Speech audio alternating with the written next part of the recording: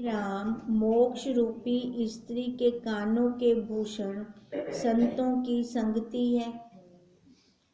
अब मोक्ष की इच्छा है तो फिर क्या करें हम? संतों की संगति करें। जब साधु की संगति होती है तब अशुभ कर्मों का त्याग हो जाता है। करना नहीं पड़ता, फिर त्याग करना नहीं पड़ता, त्याग फिर स्वतः होना शुरू हो जाता है। और पराये धन की इच्छा नहीं रहती। तब जो कुछ अपना होता है उसको भी त्यागने की इच्छा होती है। कौन भार सांभे? फिर तो यही होता है ना। और भले भोग जो भोगने के लिए आते हैं उनको वह बांट कर भोग करता है। निदान बड़े उत्तम भोगों से लेकर साग तक जो कुछ प्राप्त है उसमें से औरों को देकर वह खाता है। तब यदि कोई शरीर मांगे तो वह शरीर भी दे देता है, क्योंकि उसको परमार्थ पे लग जाता है फिर, क्योंकि उसको देने का अभ्यास हो जाता है। पर और से साग मांगने की भी इच्छा वो नहीं रखता। संतोष से यथा प्राप्त चेष्टा और तप दान करता है। यज्ञ व्रत और ध्यान करके पवित्र रहता है और तृष्णा का त्याग करता है। हे राम, ऐसा दुख घोर नरक में भी नहीं होता जैसे तृष्णा से होता है। तृष्णा वही चाह ही हमें दोबारा लेकर आती है। ये जन्म मरण का चक्कर क्यों नहीं खत्म हो रहा? कभी हमने विचार नहीं किया। कहीं ना कहीं कुछ रह जाता है हमारा, फिर उसको वापस लेने के लिए हम आते हैं। जो धनवान है उनको धन के कमाने और रखने की चिंता है। उन्हें उठते बैठते खाते पीते चलते सोते सदा धन की ही चिंता रहती है। इसी चिंता में वे पच पच कर मर जाते हैं और फिर जन्म लेते हैं। अब ऐसे जन्म तो खत्म होंगे नहीं। फिर अगर देखा जाए ऐसे कैसे खत्म होंगे जन्म? अब जन्म खत्म करनी है तो सबसे पहले क्या करना है? हमें दृढ़ता लानी है। दृढ़ता किस पे लानी है? अपने स्वरूप पे और प्रारब्ध पर। जो हमारी प्रारब्ध में है उतना ही हमें मिलना है, उससे ज़्यादा नहीं मिल सकता। और देखो, अब जब प्रारब्ध पर दृढ़ता हो जाती है तो फिर इच्छाएं वासनाएं अपने आप खत्म, विचार चलता है। विचार से विवेक आता है, क्या सही है क्या गलत है। अब ऐसे जब विवेक आ जाता है तो विवेक से इच्छाएं खत्म, ऐशनाएं खत्म, तो वहाँ पे फिर जन्म भी खत्म। हे राम, निर्धन को भी चिंता रहती है, परंतु वो थोड़ी होती है। जिनको ज़्यादा माल है ना उनको ज़्यादा टेंशन है, जिसके पास कम है उसको कम है।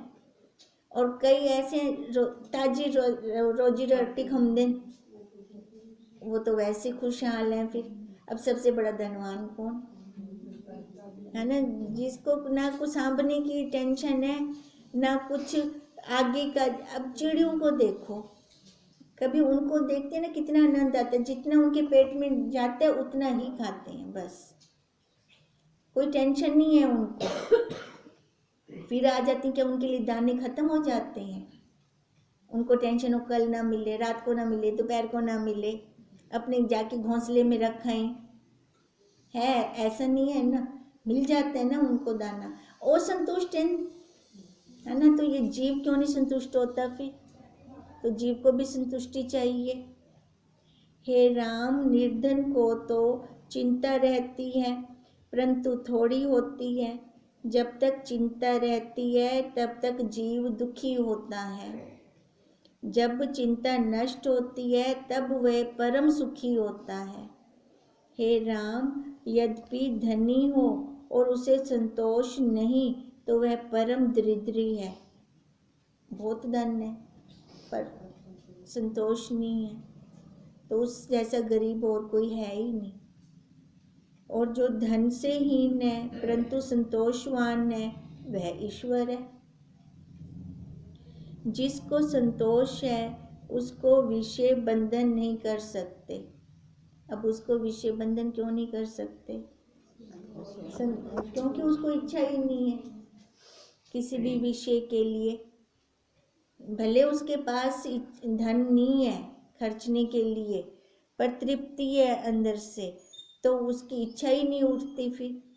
हे राम, जब तक धन की इच्छा नहीं करता तब तक भोग रूपी विष वो नहीं व्यापता। पर जब धन की इच्छा उपजती है तब परम विष व्यापता है। धन की इच्छा से ही उसको ये विष आ गया ना भोगों का। विपरीत भावना में दुख होता है और जो दुखदायक पदार्थ हैं वे सुखदायक जान पड़ते हैं। अब भावना जो विपरीत होगी, जहाँ पे देखो ऊपर से खाली लेप लगा हुआ है चाशनी का, अंदर से वो बहुत कड़वे हैं। अब जो चाशनी के लेप के पीछे भागेगा तो उसका रिजल्ट क्या निकलेगा? दुख निकलेगा ना। अब वही कह रही हैं, विपरीत भावना में दुख होता है और जो दुखदायक पदार्थ हैं वो सुखदायक जान पड़ते हैं फिर। हे राम, जो कुछ अर्थ है वही अनर्थ है। दुख के लिए हम पुरुषार्थ करते हैं, सुख के लिए कोई पुरुषार्थ नहीं है। तो हम देखें कि हमारा सारा दिन पुरुषार्थ किसके लिए चल रहा होता है। सुख तो हम स्वयं खुद स्वरूप है, सुख स्वरूप है। इसके लिए क्या पुरुषार्थ कर रहे हैं? इसके लिए खाली विवेक करने, हमें खाली विचार करने। और जो बाहर की वस्तुएं चाहिए वो दुख रूप है, उनके लिए सारा टाइम पुरुषार्थ होता है। जिसको संपदा जानते हैं वही आपदा है और जिनको भोग जानते हैं वही सब रोग रूप है। इनको संपदा जानकर चाहता है, इससे बड़ा दुखी होता है। संपदा तो वो है ही नहीं, पर उसकी बुद्धि में दृढ़ है कि यहाँ से मेरे को सुख मिलेगा। सुख नहीं मिलता, सुख मिलने की बजाय उसको क्या मिलता है? वहाँ से दुख प्राप्त होता है। हे राम, रसायन सब दुखों का नाश करती है परंतु वह देवताओं के पास होती है। यदि अमृत चाहिए तो संतोष ही परम रसायन है। कहते हैं रसायन सभी दुखों को निवृत्त करती है, मतलब संतोष। कहते हैं वो देवताओं के पास है। क्यों भाई? खाली अधिकार उन्हों का है क्या संतोष का? देखो देवता देवता देवता बैठे हैं ना, है ना देवता। जो जीव हम उसको कहेंगे जो भोगों में लिप्त होगा, जिसको इच्छाएं वासनाएं हैं। अब जिनकी इच्छाएं वासनाएं खत्म हो गई वही देवता हो गए, वही ईश्वर हो गए। अब उसके लिए क्या पुरुषार्थ करना होगा? उसके लिए खाली विवेक विचार, यही कि ये खाली बस चाशनी लगी हुई है, मीठी मीठी ऊपर से दिख रही है, अंदर से बहुत कड़वी है ये। और सारे विषय हैं ऐसे, ऊपर से दिखते हैं सुखद, पर अंदर से कितनी दुखदायक है वो विषय सारे। जब विश्व में दोष दृष्टि होती है तब मनुष्य संतोष को धारण करता है। पहले वो दृष्टि तब बढ़े, पहले लगे तो सही इन विषय के अंदर कोई सुख नहीं रखा, ये सारे दुखदायक हैं। कहते जब तक ये वाली दृष्टि नहीं बनती ना तब तक संतोष नहीं आ सकता, तब मूर्खता दूर होती है। जब संतोष धारण करता है मनुष्य और गोपद की तरह संसार समुद्र से शीघ्र ही फिर तर जाता है। फिर संसार से पार होना मुश्किल नहीं है। संसार से पार तब तक नहीं हुआ जाता तब तक हमारे अंदर कुछ विशेष चल रहा होता है या किसी वस्तु को पाने की इच्छा होती है। देखो जितना कुछ हम पाएंगे, मतलब जो आंखों से दिख सकता है उसी की तरफ भाग रही हैं। जो आंखों से दिखता है उसको हम पदार्थ कहते हैं, और सारे पदार्थ तत्व होते हैं। तत्व मतलब क्षर, क्षर मतलब बदलने वाले, नाशवान, कभी स्थायी रहते नहीं। हम जो चीज आज चाह रही हैं 10 साल के बाद वो वैसी रहेगी ही नहीं, बदल जाएगी। बदलने वाले हैं ना, ये क्षर है ना, बदलने वाले हैं। तो उनसे हमें उतना सुख नहीं प्राप्त, फिर उस वस्तु को सांभने की मुसीबत। तो इसलिए बार बार कहते हैं कि गोपद की तरह संसार समुद्र वो शीघ्र ही पार कर जाते हैं जिनके विषयों में दोष दृष्टि हो जाती है। जैसे गऊ के पैर से गड्ढे को सहज ही लांघ जाते हैं, वैसी संसार समुद्र को वह सहज में तर जाता है। खड्डे को पार करना, कहते गऊ के पैर से खड्डे को आसानी से पार कर जाते हैं। अब ऐसी जिसके विषय में दोष दृष्टि होगी ना, वो इस संसार को आराम से पार कर जाएगा, क्योंकि कहीं पे रुकेगा ही नहीं, कहीं वो टिकेगा ही नहीं। उसको सारे क्या लगेंगे, बदलने वाले, है ना, स्वप्न, माया। माया कब किसकी हुई, आज यहाँ है तो कल वहाँ है। किसी बंधन में आती है माया, कोई बंध तो दिखावे माया को, कोई बांध ही नहीं सकता उनको। कहते हैं उसकी दृढ़ता बढ़ जाएगी फिर। अब एक बार पता चल गया कि ये झूठा है, इसने जो बात करनी है वो सारी झूठी होगी, निरी पूरी ही झूठी होगी, उसकी बात पे विश्वास आएगा। अब ये दृढ़ता जिसको हो गई ना, वो उसकी बात पे विश्वास नहीं करेगा, चाहे सामने से वो जैसा मर्जी बोलता रहे, जैसा मर्जी करता रहे। ना उसको कोई दुख होगा उससे, ना उसको कोई सुख होगा उससे। ऐसी जब हमें एक बार ये दृढ़ता हो जाए कि ये झूठ है, सारा ही झूठ है, सच खाली मैं स्वयं, वो मैं स्वयं साक्षी रूप, सत्य अकेला वही है। जब ऐसी दृढ़ता हो जाती है तो बताओ कहाँ रुकना, फिर रुका कहाँ जाता है, उपाधियों में, घर परिवार में, जहाँ पे मोह के रिश्ते होते हैं वहां पर। ये बाहर वाले को तो हमने झूठा मान लिया, तो घर परिवार को भी झूठा माना कि नहीं माना, सबसे पहले तो वहां पर, फिर उसके बाद ये शरीर को झूठा माना कि ना माना। जो मेरे साथ है, अंग संग है, ये भी माया है, ये भी झूठ है, ये भी बदल रहा है पल पल में। बच्चे बदल रहे हैं, पति बदल रहा है, घर परिवार के और संबंधी हैं वो भी सारे बदल रहे हैं। तो क्या नहीं बदल रहा, खाली मेरा स्वरूप, मेरा साक्षी, वो नहीं बदल रहा। बचपन से लेकर आज तक वैसा का वैसा है, सारी स्मृतियां मेरे को करवा रहा है वो, तो वही मेरा आपा है, वही मैं हूँ। अब जो मैं हूँ तो उसको अब मैं कहाँ से लेने जाऊँ, कहाँ से मिलेगा मेरे को वो, बाहर से तो नहीं मिलेगा ना, मिलेगा मेरे को अपने आप से मिलेगा, जब तक मैं अपने आप में नहीं बैठती। तो इसलिए तो बार बार कहते हैं अपने आप में बैठे हम बैठते तो बाहर जाकर हैं। अब बाहर जाकर बैठेंगे तो क्या होगा, वहां के संस्कार लेकर आएंगे ना, वो संस्कार दूसरों के संस्कार मल रहे हैं अंदर। तुझे तो कम कर दूं आपा, जब दूसरों का काम करना छोड़ देंगे ना, तब जाकर अपना काम होगा। ये ध्यान में रखना है हमें, ध्यान में दूसरों को नहीं रखना। अब दूसरे में कौन कौन आ गए, देह आ गई, है ना, घर परिवार आ गया।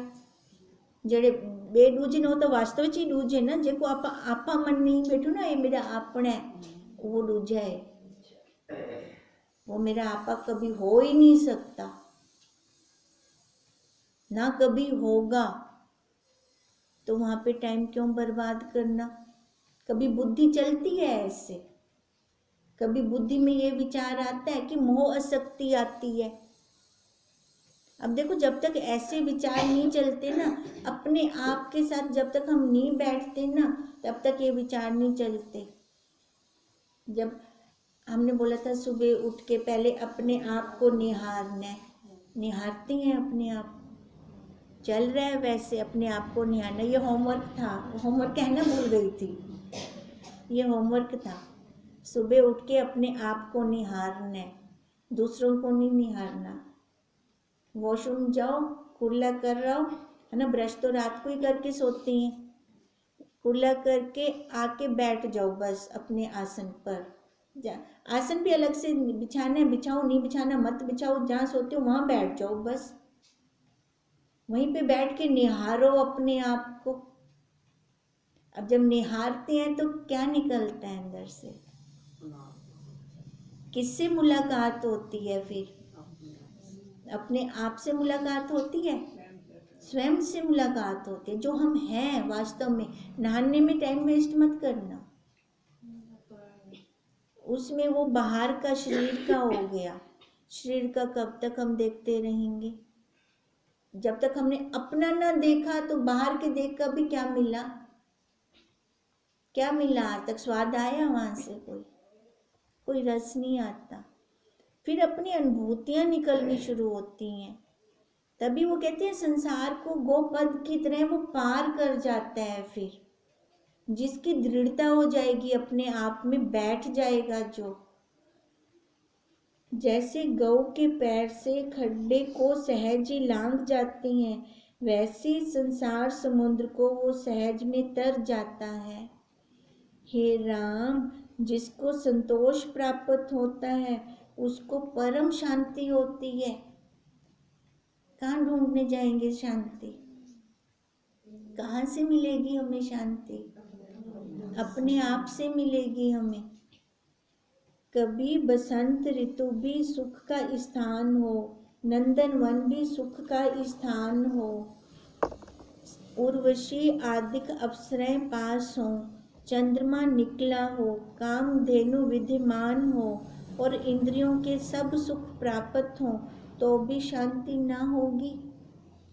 क्यों? क्योंकि वो अपने आप में नहीं बैठा, उसने अपने आप से मुलाकात ही नहीं की।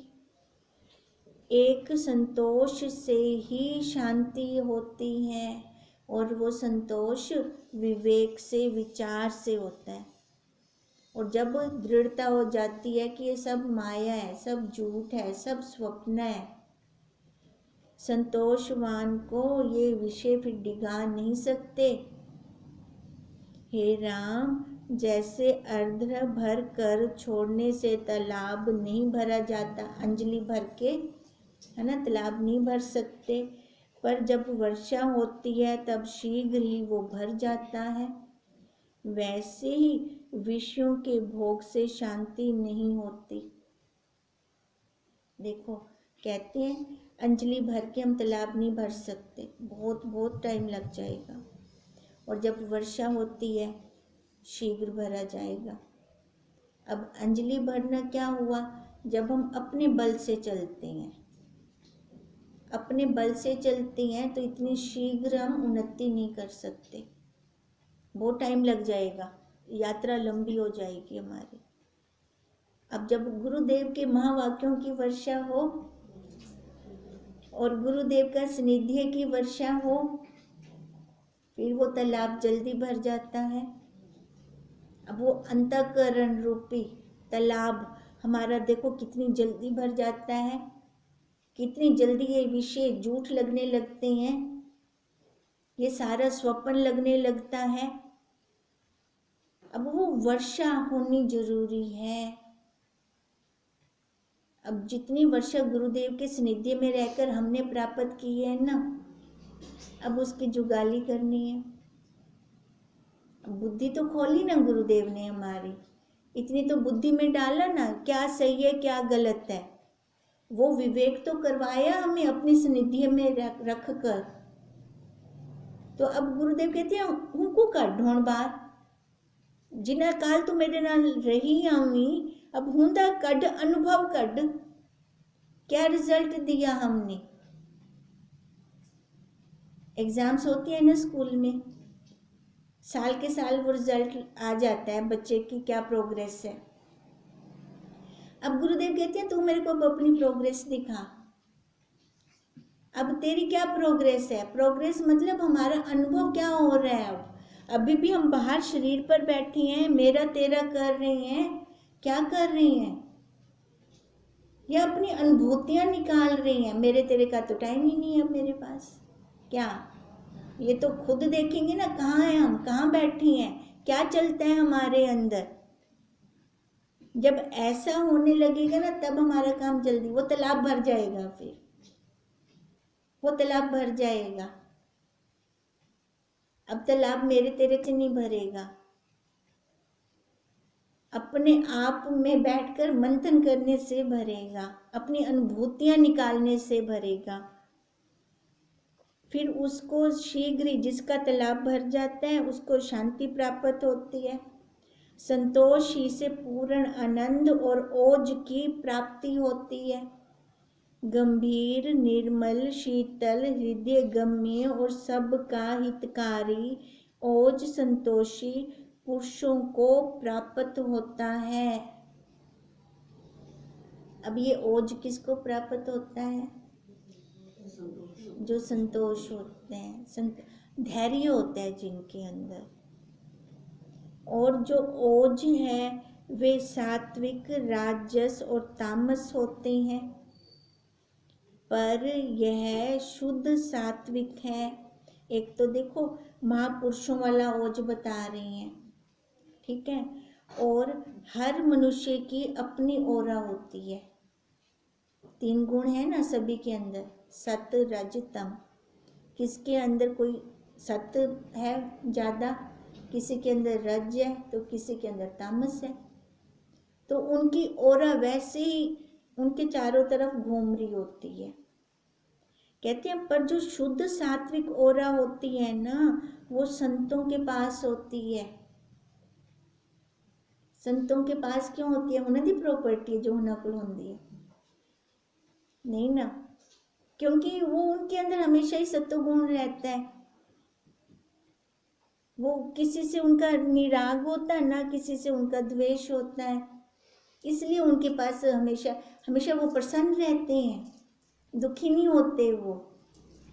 तभी उनकी ओरा वैसी होती है।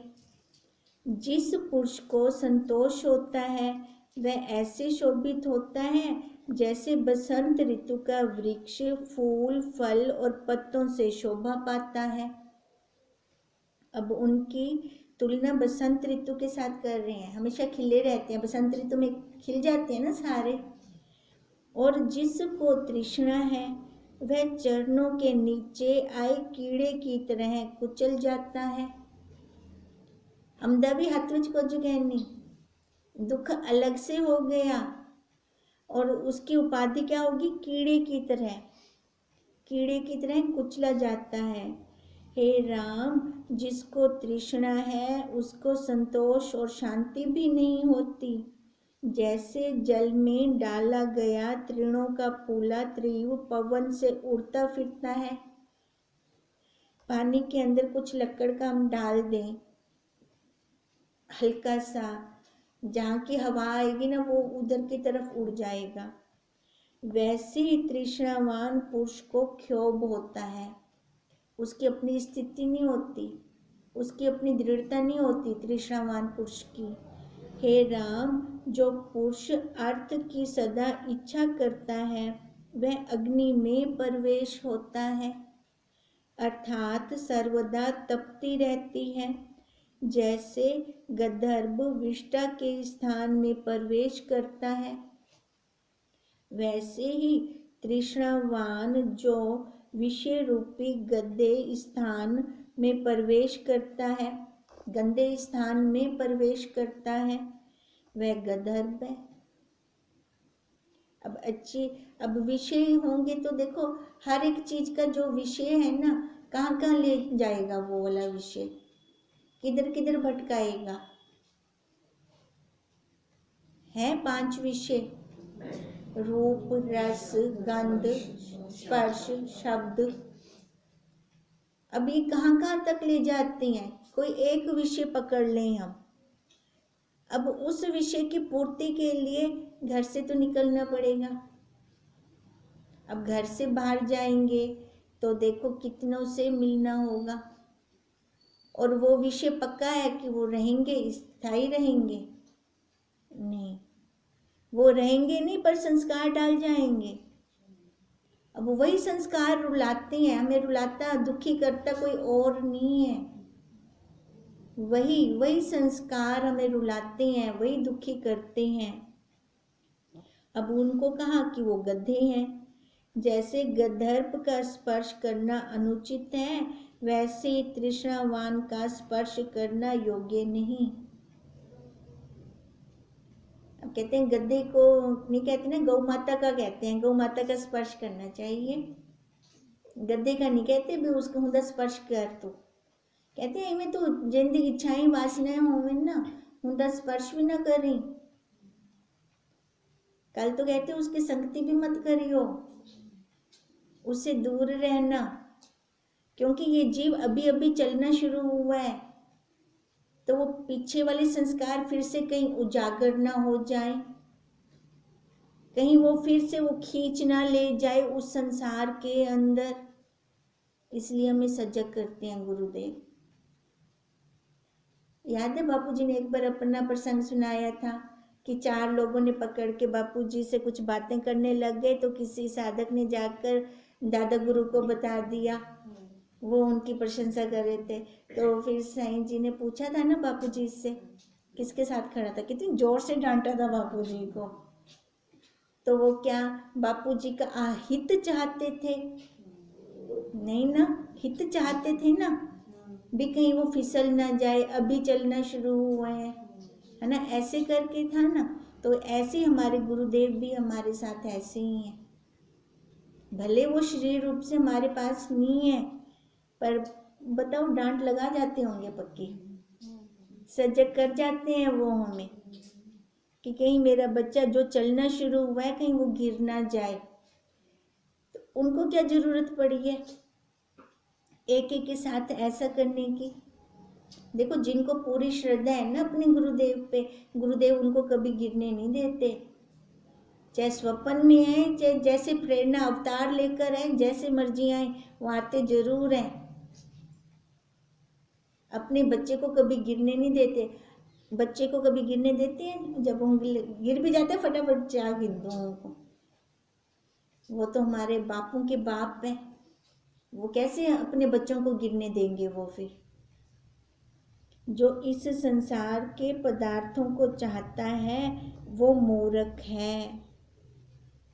ओम ओम तम नमामि हरिं परम, ओम तम नमामि हरिं परम, ओम तम नमामि